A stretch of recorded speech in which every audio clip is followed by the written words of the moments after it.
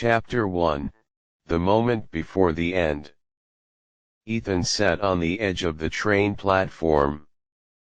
His legs dangled over the cold concrete. He stared down at the tracks below. The air was still. But in his head, everything was too loud. This can't be it, he thought. This can't be my life. He was 27. No job. No future. No one left. Even Emily was gone. He sighed and closed his eyes. Then, he heard it. A scream. A child's voice. Ethan turned. A small boy was running near the edge of the platform. The boy tripped and fell. "Hey!" Ethan shouted. He ran. He jumped. He pushed the boy back onto the platform. And then, a train. A flash. Pain. Silence. Everything went black. Then, light. Ethan opened his eyes. He was lying in a small bed. He sat up, confused. "What the hell?" Ethan said. He looked around. Posters on the wall. A messy desk. A cheap fan spinning above him. It looked like his old college room. The door opened. "Dude, you okay?" Jake said. "You look like crap." Ethan blinked. "Jake," Ethan said. Jake walked in with a slice of pizza. "Yeah." "Who else?" Jake said. "You overslept again." Ethan stood up and stumbled to the mirror. His face looked younger. No beard. No tired eyes. Just him. From years ago. He checked his phone. Old model. Cracked screen. September 18, 2016. He dropped it. "No way," Ethan whispered. He grabbed a notebook and started writing. "This is real. I died. I saved a boy. Now I'm back. In the past. I remember everything. But no one else does." He stared at the words. Jake sat on the bed and looked at him. "You okay, man?" Jake asked. Ethan looked up.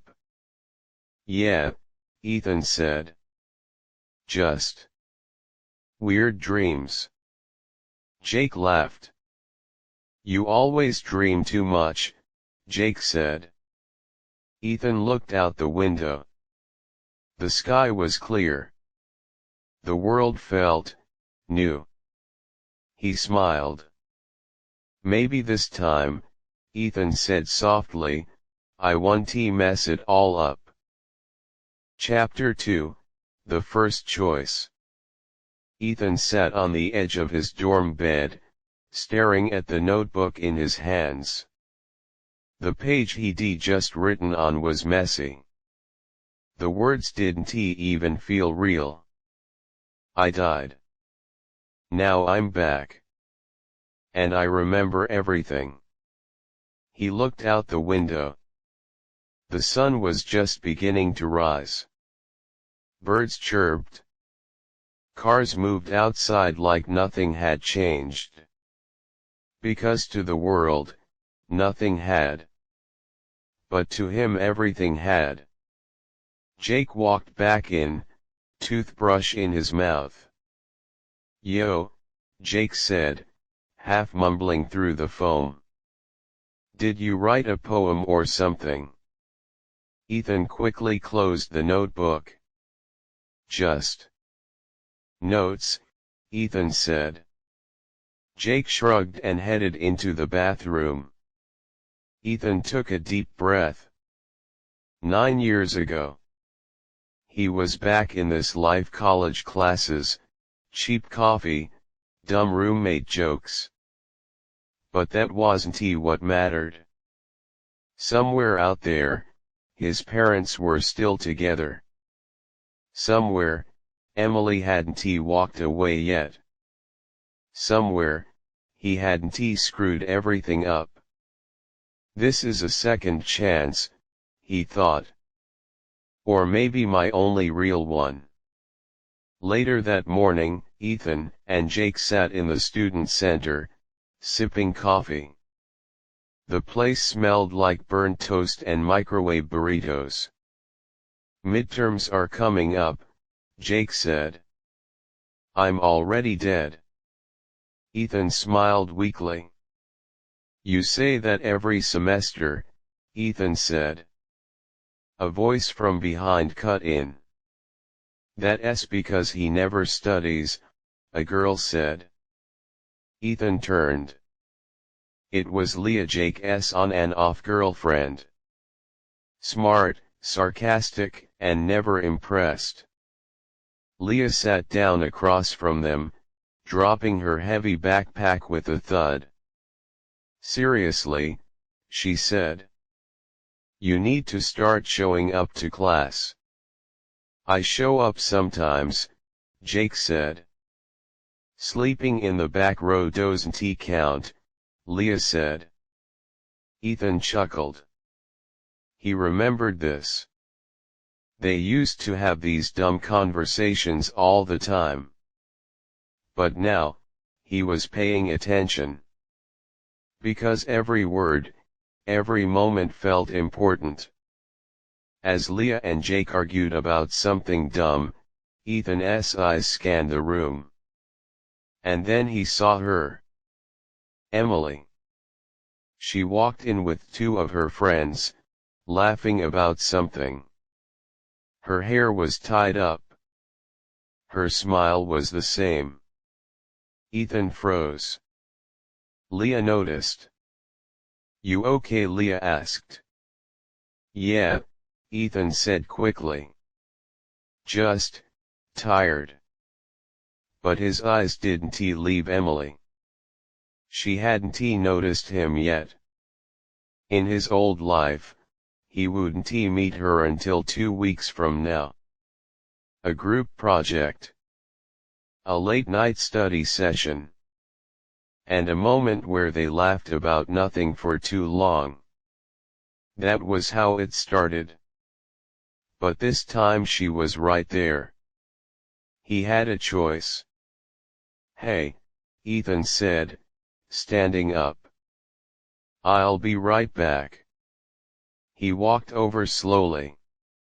His heart pounded. She was talking with her friend, Amanda. Excuse me, Ethan said. Sorry. Emily, right.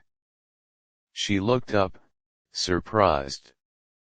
Yeah, she said. Do I know you? No, Ethan said. Not yet. I'm Ethan. I think we're in the same psych class. Emily raised an eyebrow. Oh. Yeah, maybe. Anyway, Ethan said, just wanted to say hi. Sorry if this is weird. Emily smiled. A little weird, she said, but kind of sweet. Ethan chuckled. I'll take that, Ethan said. See you around. Sure, Emily said. He turned and walked back to the table, his hands shaking. Jake looked at him. Did you just talk to Emily Rowe? Jake asked. Yeah, Ethan said. Jake nearly dropped his coffee. You don't even know her yet. I do now, Ethan said, smiling. That night, Ethan sat on the dorm roof alone. The stars were out, clear and sharp. Leah joined him, holding 2 cans of soda. "Jake's playing video games again," she said. "He said you needed some air." Ethan took a soda and opened it. "Thanks," Ethan said. They sat in silence for a while.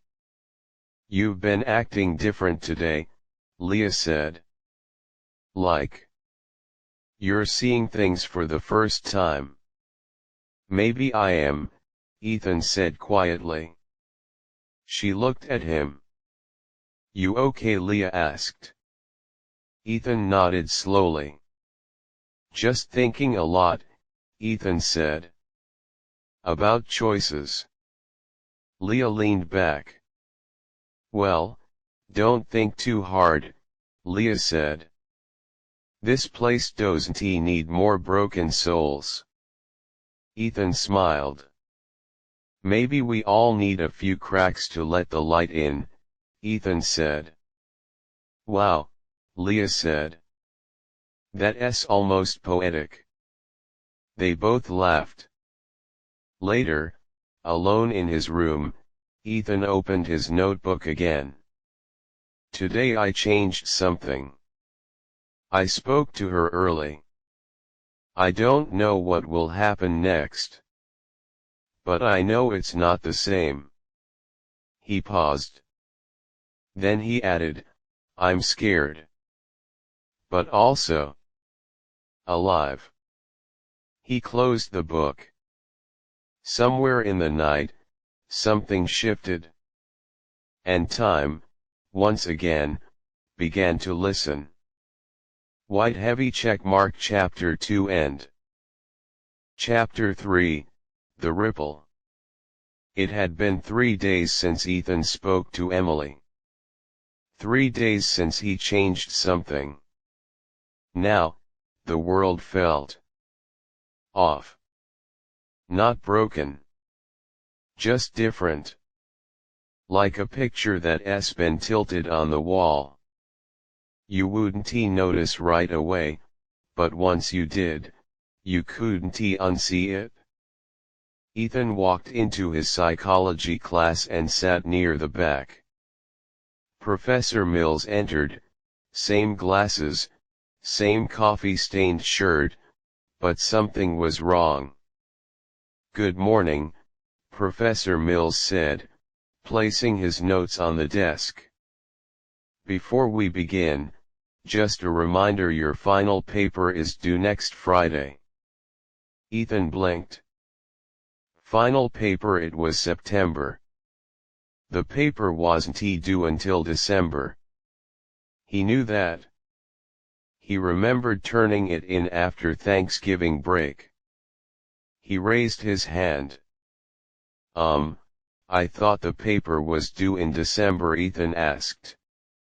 Professor Mills frowned. "I changed it 2 weeks ago. It's in the syllabus," he said.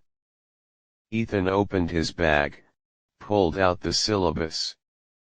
It now read, "Final research paper due, September 30th. Ethan's stomach tightened. After class, he met Jake and Leah near the campus fountain. Jake was holding a hot dog, as usual. "You look like you saw a ghost," Jake said. Ethan ignored him.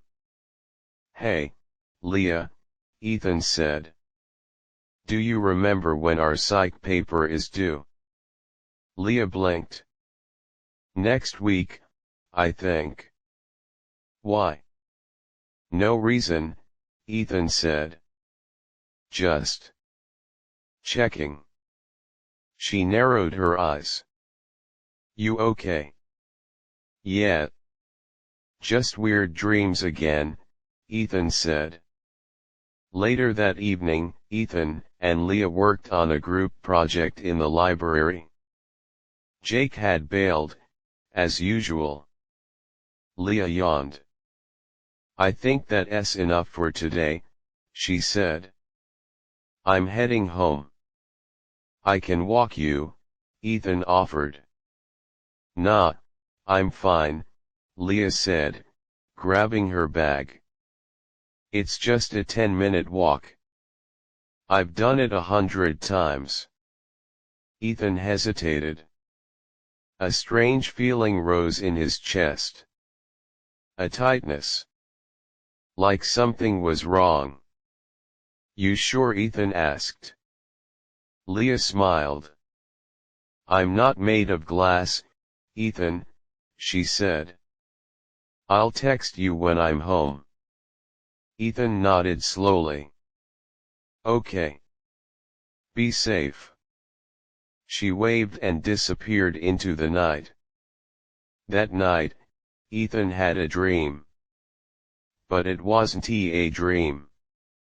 He was running through streets he barely recognized. Sirens in the distance. A crowd. A scream. He saw Leah. Blood on her shirt. A twisted bicycle nearby. People shouting. Someone holding her hand. She looked at him. And then everything went black. Ethan woke up gasping. His phone buzzed. It was a message. From Jake. Call me. It's Leah. She's in the hospital. Ethan's heart dropped. He called immediately. Jake's voice was shaky. She got hit by a car last night, Jake said. She was riding her bike home. Someone ran a red light. Is she okay? Ethan asked. She's alive, Jake said. Broken ribs. Concussion. But it's bad. Ethan didn't wait. He threw on a hoodie and left the dorm. He ran across campus, feet slamming the pavement. Thoughts raced through his mind. I should have walked with her. I knew something felt off. He crossed an intersection, the light was green, but a car ran through the red. Ethan froze. Headlights. Screeching tires. A horn. The world slowed. Then stopped. Everything went white. When he opened his eyes, he was in the library. But it wasn't he today. Leah sat beside him, flipping through her notes. Jake wasn't he there. It was 2 hours earlier. Ethan looked at her, eyes wide. Leah, he said, standing up.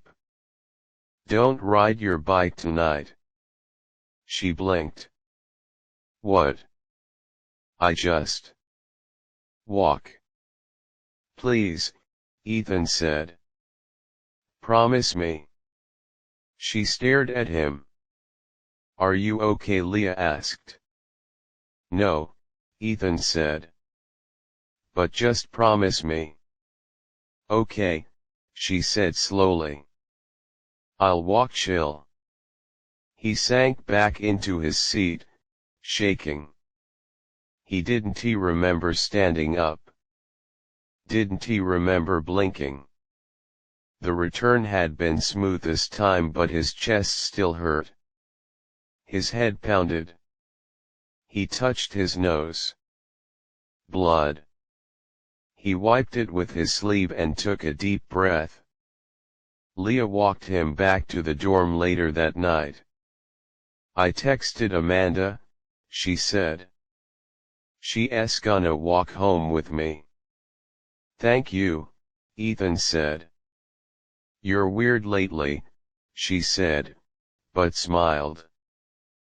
But I guess. Kind of sweet. Ethan looked at her. You have no idea, he said softly. That night, he wrote in his notebook again. I changed something again. She didn't get hurt this time. But I felt it. I felt something tearing. It's not just my body. Something else is breaking. He put the pen down and stared at the wall. If he could save her, what else could he change, and what would it cost? White heavy checkmark. End of chapter 3, The Ripple. Chapter 4, The One He Couldn't Save. The morning sun cut through the mist hanging low over the university quad. The stone benches were cold and slick with dew, and the fallen leaves stuck to the soles of Ethan's shoes like stubborn regrets. Ethan sat on the edge of the bench, notebook open, though he hadn't written a word in the last 15 minutes. His thoughts kept circling back to what he'd seen: Jake collapsing, Leah screaming his name, the crimson trail on the tiles. It was all wrong. It wasn't supposed to happen. You look like hell, Leah says, sitting down beside him, her hoodie pulled tight over her head. I feel worse, Ethan says, not looking up. He was fine. Yesterday we were laughing about cafeteria food. Now he's still in surgery. Don't write the ending yet, Leah says, her voice quieter now. It's my fault, Ethan mutters. I saw the sign. I should be stopped him. I knew something was off, but I hesitated. Leah frowns. What do you mean you knew? Ethan paused. He couldn't tell her. Not yet. She wouldn't believe him. Hell, he barely believed it himself. The rewind had happened so fast, just the sound of Jake shouting, the smell of burning toast in the hallway, and then time collapsed. This time, he'd made Jake take the long way around. But it wasn't enough. You're not a god, Ethan. You can't save everyone, Leah says, softer this time. You think I haven't wished I could go back and fix things too? There was something in her voice that surprised him: pain, buried under sarcasm. What would you change? Ethan asks, watching her closely. She hesitated, then stood up quickly, brushing her jeans off. Nothing I want to talk about with someone who looks like he hasn't slept in a week, Leah says, forcing a smirk. Come on. Let's get you coffee before you rewrite the entire universe with your notebook. Later that day, the news from the hospital was brutal. Jake didn't make it. Ethan stood in the hallway, the sterile scent of antiseptic in the air, his knuckles white against the payphone. You said this would change, Ethan whispers, to no one in particular. I gave you what you wanted. Why wasn't it enough? No answer came. No flicker of rewind. No time jump. Just silence. That night, in his dorm room, the ticking of the small analog clock became unbearable. Every second felt like a slap. He opened the notebook again. The page from this morning was still blank. Then, slowly, he wrote, Rule 1, you can't save everyone. Rule 2, every rewind has a cost. Rule 3, regret is a stronger anchor than love. He closed the book, shoved it into his bag, and lay down on the bed, staring at the ceiling. Tomorrow, he would try again. Not because he could, but because he had to.